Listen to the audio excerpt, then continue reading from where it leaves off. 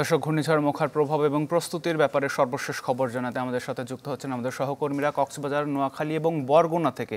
আমরা শুরুতে কক্সবাজারে চলে যেতে চাই। আজিম নিহাদ রয়েছেন সেখানে। আজিম, কি অবস্থা দেখছেন মোখার প্রভাবে? সেখানকার আবহাওয়ায় কোনো পরিবর্তন আছে কিনা?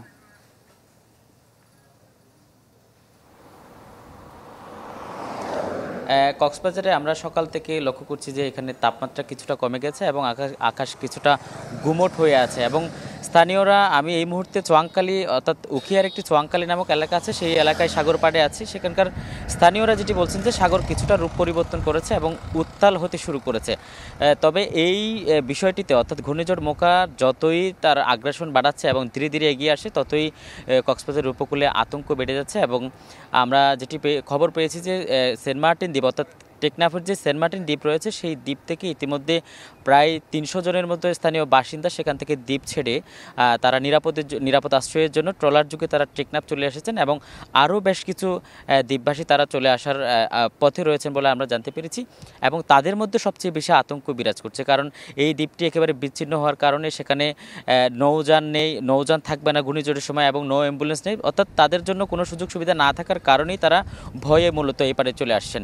এবং অন্যদিকে কক্সবাজারে প্রায় আপনি জানেন যে 576 কিলোমিটার বেড়িবাঁধ রয়েছে। এর মধ্যে বেশ কিছু বেড়িবাঁধ কিন্তু অরক্ষিত অবস্থায় রয়েছে। সেই অরক্ষিত বেড়িবাঁধ দিয়ে জলোচ্ছ্বাস হলে পানি ঢোকার একটি প্রবল আশঙ্কা আছে। এর ফলে সেখানকার লোকজন আসলে আতঙ্কে আছে। যদি ঘূর্ণিঝড়ের সময় তাদের প্লাবিত হয় তাহলে ব্যাপক ক্ষয়ক্ষতি হবে।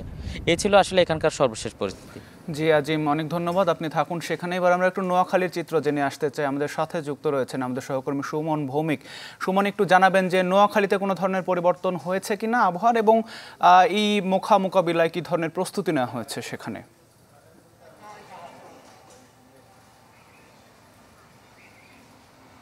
আজকে আসলে আবহাওয়ার পরিবর্তন যদি বলি, সেটি কিন্তু আসলে গত এক সপ্তাহ বা 15 দিন যেরকম ছিল আজকেও ঠিক একই রকম আমরা দেখছি।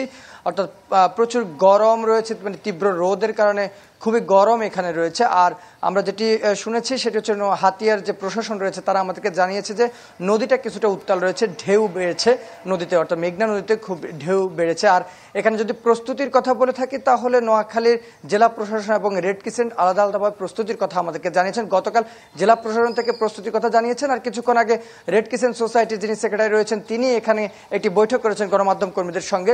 তো আমাদেরকে যেটি জানানো হয়েছে যে 401টি আশ্রয়ন কেন্দ্র তারা প্রস্তুত রেখেছেন, 101টি মেডিকেল টিমের কথা বলা হয়েছে, 382 মেট্রিক টন চালের কথা বলা হচ্ছে, যে 9,95,000 টাকা নগদ অর্থ মজুদ রয়েছে, 243 বান্ডিল ডেউটিন রাখা হয়েছে, 380 জন স্বেচ্ছাসেবক রয়েছে বলে আমাদেরকে এখানকার প্রশাসন জানিয়েছে। তবে এদিকে একটি বিষয় জানিয়ে রাখি যে বিগত সময়ে যদি সর্বশেষ চিত্রাঙ্গের কথা বলে থাকি আপনাদেরকে, সেটি দেখা গিয়েছে যে নোয়াখালীতে যে প্রস্তুতির কথা বলা হচ্ছে কিন্তু মাঠে গেলে দেখা যায় সে প্রস্তুতিটুকু নেই। নোয়াখালীর হাতিয়ার যে এই অংশটুকু রয়েছে, সানন্দিয়া এবং হর্নি ইউনিয়ন রয়েছে, সেখানে বেড়িবাঁধ নেই এবং সেখানে যে আশ্রম কেন্দ্রের কথা বলা হচ্ছে সেটি কিন্তু আসলে সেক্টর সেটা যেটিকে বলা হয় সেটি এই দুটি অংশেতে না থাকার কারণে কিন্তু ঘূর্ণিঝড়গুলো সবচেয়ে বেশি ক্ষতিগ্রস্ত হয়েছে নদীর এই অংশের যে মানুষ রয়েছে তারা চানন্দি এবং হর্নি ইউনিয়ন সবচেয়ে বেশি মানুষ ক্ষতিগ্রস্ত হয়েছে, কারণ সেখানে আশ্রম প্রকল্প পর্যাপ্ত নেই। আমরা গতবার দেখেছি যে সেখানকার যেসব আশ্রম প্রকল্পগুলো ছিল সেগুলোতে কিন্তু অনেক সময় তালা মারা পর্যন্ত রয়েছে, আমরা সেটিও কিন্তু গতবার চিত্রাঙ্গের সময় দেখেছি। তো সব মিলে আসলে যে প্রস্তুতির কথা জানিয়েছে সেটি হয়তো আগামীকাল এবং পরশু অবস্থার উপর নির্ভর করে আমরা সেটি আপনাদেরকে জানাতে পারবো। আতিক। জি, অনেক ধন্যবাদ আমাদের সাথে যুক্ত হবার জন্য। এবার আমরা একটু বরগুনার খবর জেনে আসতে চাই। আবু জাফর সালে আমাদের সাথে যুক্ত রয়েছেন।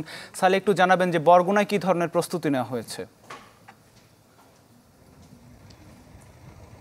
আতিক, আসলে ঘূর্ণিঝড় মোখার যে মোকাবেলায় যে প্রশাসনের যে প্রস্তুতি সে বিষয়টি যদি আপনাকে বলি যে এখান থেকে জেলা প্রশাসক হাবিবুর রহমান যে বিষয়টি জানিয়েছেন যে ঘূর্ণিঝড় মোকাবেলায় যে ধরনের প্রস্তুতি সবগুলোই রয়েছে, এবং যে সাইক্লোন শেল্টার রয়েছে 642টি, এবং যেখানে প্রায় 2 লাখের উপরে মানুষ আশ্রয় নিতে পারবে। তারপরে 10,000 স্বেচ্ছাসেবক প্রস্তুত রাখা হয়েছে এবং পর্যাপ্ত যে খাবারের ব্যবস্থা, শুকনো খাবার, চাল ডাল তোল এগুলো মজুত রাখা হয়েছে। আর যে বিষয়টি তবে আপনাকে একটু বলি, যদি আমি আবহাওয়ার পরিবর্তনের কথা বলি, সেটি কিন্তু হচ্ছে যে সকালে কিন্তু একেবারেই আকাশ পরিষ্কার ছিল, এখন কিছুটা মেঘলা আবহাওয়া আছে, কখনো মেঘের ফাঁকে ফাঁকি কিন্তু সূর্য আলো ছড়াচ্ছে, কিন্তু প্রচণ্ড যে গরম তাপদাহ সেটি কিন্তু কমেনি, সেটি কিন্তু আসলে এখনো রয়েছে। আর নদীতে হয়তো এই মুহূর্তে কিন্তু যে বাতাসের গতিবেগ সেটি নেই, এবং জোয়ার আসলে এখন কিন্তু আপনি দেখছেন যে নদী একেবারে খালি, মানে একেবারে পানি নিচে নেমে আসে। এটি হয়তো জোয়ারের সময় এই নদীতে জোয়ার আসলে তখন বোঝা যাবে আসলে যে পানির যে গতি বা স্রোত সেটি কি পরিমাণ হয় সেটি বোঝা যাবে, এবং বাতাসের গতিবেগটা হয়তো বা কিছুটা বাড়তে পারে। আরেকটি বিষয় জানিয়ে রাখি যে আসলে ট্রলার, আপনি জানেন যে এখানে প্রায় 50,000 জেলে রয়েছে যারা ট্রলারে মাছ শিকার করে নদী এবং সাগরে। আমি একটু আগে জেলা ট্রলার মালিক সমিতির সভাপতি মোস্তফা চৌধুরীর সাথে কথা বলেছি, তিনি যে বিষয়টি জানিয়েছেন যে যে ট্রলারগুলো সাগরে মাছ ধরার অবস্থায় ছিল সেগুলো ঘাটে ফিরতে শুরু করেছে, এখনও সেই ট্রলারগুলো ফিরে আসেনি, তারা এখনও ফিরতে শুরু করেছে। আর সবচেয়ে যে বড় একটি বিষয় রয়েছে যে আসলে উপকূলের মানুষ এখন পর্যন্ত যে আবহাওয়া আছে, যে রৌদ্রোজ্জ্বল আবহাওয়া রয়েছে, এই ক্ষেত্রে তারা আসলে এখনও বিশ্বাস করতে পারছেন না যে আসলে একটি ঘূর্ণিঝড় আঘাত আনতে পারে বা এই ধরনের কোনো মানে অর্থাৎ বড় ধরনের বিপদ হতে পারে, এটি এখনও তারা বিশ্বাস করতে পারতেছেন না। এই ছিল সর্বশেষ বরগুনা থেকে আতিক। জি স্যার, ধন্যবাদ আমাদের সাথে যুক্ত হবার জন্য। দর্শক, ঘূর্ণিঝড় মোখার প্রভাব এবং প্রস্তুতির ব্যাপারে সর্বশেষ খবর জানাতে কক্সবাজার, নোয়াখালী এবং বরগুনা থেকে যুক্ত হয়েছিলেন আমাদের সহকর্মীরা।